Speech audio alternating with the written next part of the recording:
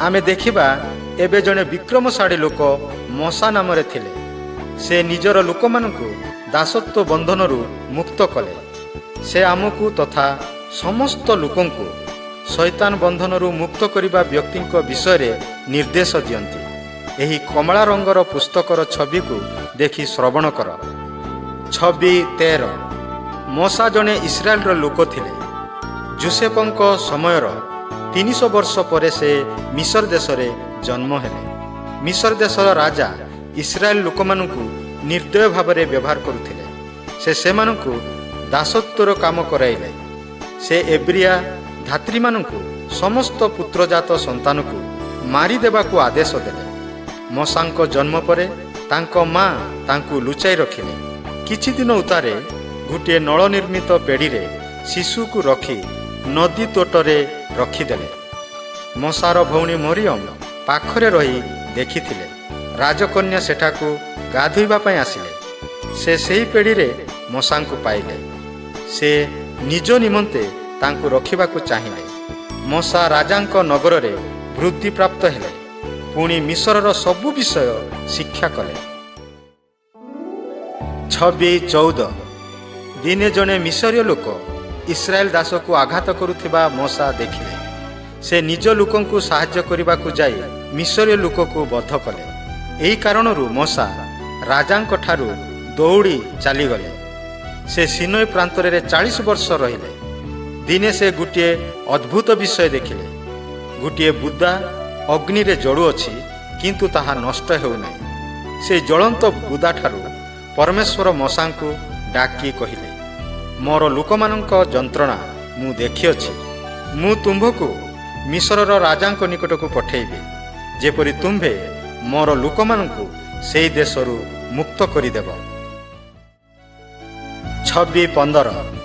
मोसा भयभीत हेले, तथापि ईश्वरंक उपरे निर्भर करी मिस्र को फेरी गले।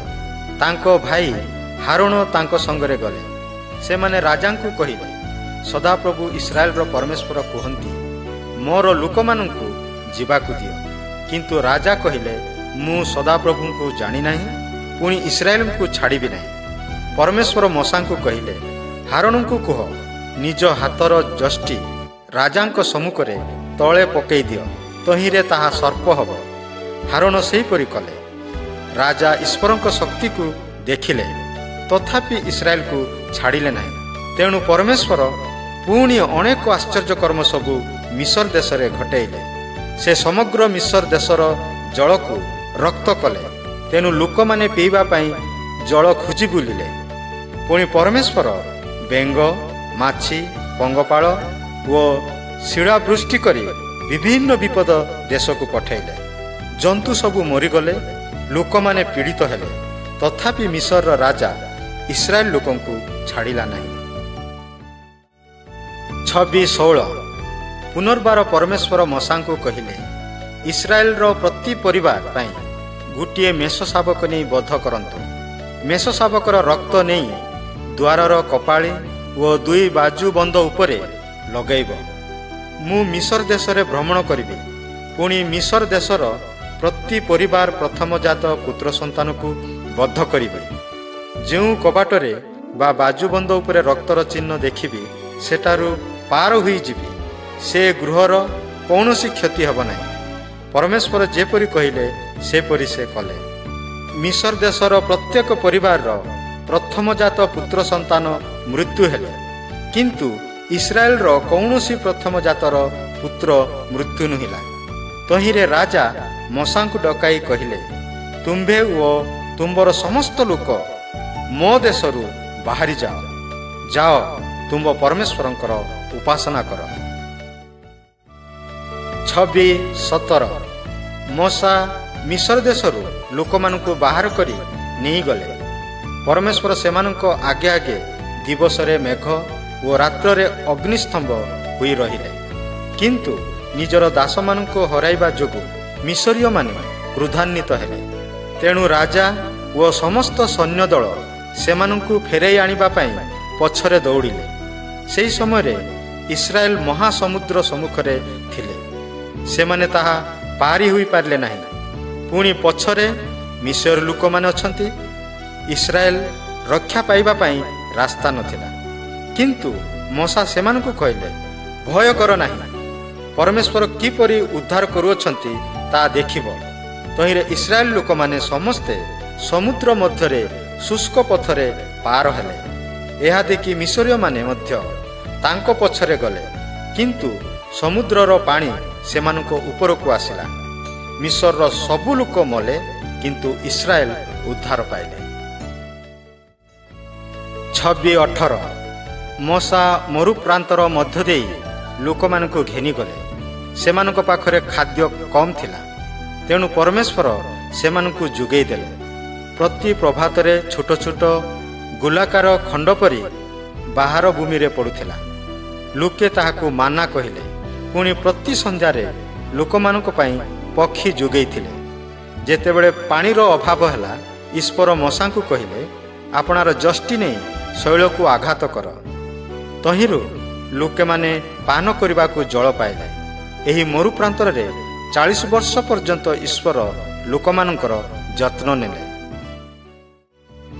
26:19 ଇସ୍ରାଏଲ ଲୋକେ ସିନଇ ପର୍ବତକୁ ଆସିଲେ।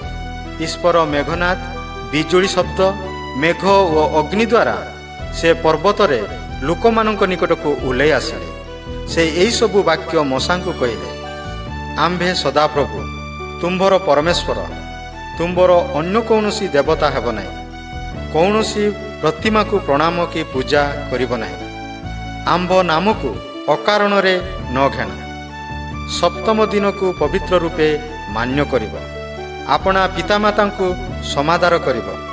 ନରହତ୍ୟା ନ କର, ବ୍ୟଭିଚାର ନ କର, ଚୋରି ନ କର, ମିଥ୍ୟା ସାକ୍ଷ୍ୟ ନ ଦିଅ, ଅନ୍ୟର ଧନକୁ ଲୋଭ ନ କର। ଏହାପରେ ସଦାପ୍ରଭୁ ପରମେଶ୍ୱର ଗୋଟିଏ ପ୍ରସ୍ତର ଫଳକରେ ଏହି ସମସ୍ତ ଲେଖି ମୋଶାଙ୍କୁ ଦେଲେ। ପୁଣି ମୋଶା ଲୋକମାନଙ୍କ ନିକଟକୁ ଆଣିଲେ। 26:20 ଈଶ୍ୱର ଯୋଗାଉଥିବା ଖାଦ୍ୟ ବିରୁଦ୍ଧରେ ଲୋକମାନେ ମୋଶାଙ୍କ ବିରୁଦ୍ଧରେ ଅଭିଯୋଗ କଲେ। ତହିଁରେ ବିଷାକ୍ତ ସର୍ପ ପଠାଇ ପରମେଶ୍ୱର ସେମାନଙ୍କୁ ଦଣ୍ଡ ଦେଲେ। ସେହି ସର୍ପ ହେତୁ ଅନେକ ମୃତ୍ୟୁବରଣ କଲେ। ତହିଁରେ ଲୋକେ ସାହାଯ୍ୟ ପାଇଁ ମୋଶାଙ୍କ ନିକଟରେ କ୍ରନ୍ଦନ କଲେ। ପୁଣି ମୋଶା ସେମାନଙ୍କ ନିମନ୍ତେ ପ୍ରାର୍ଥନା କଲେ। ପରମେଶ୍ୱର ମୋଶାଙ୍କୁ କହିଲେ, ପିତ୍ତଳର ଗୋଟିଏ ସର୍ପ ତିଆରି କରି ପୁଣି ତାହା ନେଇ ଗୋଟିଏ ଉଚ୍ଚ ସ୍ଥାନରେ ତାହା ଦଣ୍ଡ ଉପରେ ରଖ। ପୁଣି ସର୍ପ ଦ୍ୱାରା ଆଘାତ ଲୋକ ସେ ପିତ୍ତଳ ସର୍ପକୁ ଦେଖିଲେ ରକ୍ଷା ପାଇବ। ତହୁଁ ମୋଶା ପିତ୍ତଳର ସର୍ପ ତିଆରି କଲେ। ପୁଣି ଯେତେ ଲୋକ ସେ ସର୍ପକୁ ଅନେଇଲେ, ସେତେ ଲୋକ ବଞ୍ଚିଲେ। ଇସ୍ରାଏଲର ଭାବବାଦୀମାନଙ୍କ ମଧ୍ୟରୁ ମୋଶାଙ୍କ ଠାରୁ ମହାନ କେହି ନାହାନ୍ତି। 40 ବର୍ଷ ପର୍ଯ୍ୟନ୍ତ ସେ ଇସ୍ରାଏଲ ଲୋକଙ୍କୁ ମରୁ ପ୍ରାନ୍ତରରେ କଡ଼େଇ ନେଲେ। ମୃତ୍ୟୁ ପୂର୍ବରୁ ପରମେଶ୍ୱର ମୋଶାଙ୍କୁ କହିଲେ, ତୁମ୍ଭ ସଦୃଶ ଜଣେ ଭାବବାଦୀଙ୍କୁ ଇସ୍ରାଏଲ ମଧ୍ୟକୁ ମୁଁ ପଠେଇବି। ମୋର ସମସ୍ତ ଆଦେଶ ସେ ଲୋକମାନଙ୍କୁ କହିବେ। 26:21 ସେହି ପ୍ରତିଜ୍ଞା ବାଣୀର ଅପେକ୍ଷାରେ ଇସ୍ରାଏଲ ଲୋକମାନେ ମୋଶାଙ୍କ ପରି ଜଣେ ଭାବବାଦୀଙ୍କର ଅପେକ୍ଷାରେ ଥିଲେ। ଅବଶେଷରେ ଯୀଶୁଖ୍ରୀଷ୍ଟ ଇସ୍ରାଏଲ ଦେଶରେ ଜନ୍ମଗ୍ରହଣ କଲେ। ମୋଶାଙ୍କ ପରି ସେ ଲୋକମାନଙ୍କୁ ଈଶ୍ୱରଙ୍କ ବିଷୟରେ ଶିକ୍ଷା ଦେଲେ। ଲୋକମାନେ ତାହାଙ୍କ ଶିକ୍ଷା ଶୁଣିବାକୁ ମରୁ ପ୍ରାନ୍ତରକୁ ଗଲେ। ଲୋକେ କ୍ଷୁଧିତ ହେଲେ, କିନ୍ତୁ ଖାଦ୍ୟ କିଛି ନାହିଁ। ଜଣେ ବାଳକର 5ଟି ରୁଟି ଓ 2ଟି ମାଛ ଥିଲା। ତାହା ନେଇ ଯୀଶୁ ପିତା ଈଶ୍ୱରଙ୍କୁ ଧନ୍ୟବାଦ ଦେଲେ। ପୁଣି ସେହି ଖାଦ୍ୟରେ ସେଠାସ୍ଥିତ ସମସ୍ତଙ୍କୁ ପରିତୃପ୍ତ କରାଇଲେ। 5,000 ଠାରୁ ଅଧିକ ଲୋକ ସେଠାରେ ଥିଲେ। ଲୋକେ କହିଲେ, ନିଶ୍ଚୟ ଏହି ସେହି ଭାବବାଦୀ।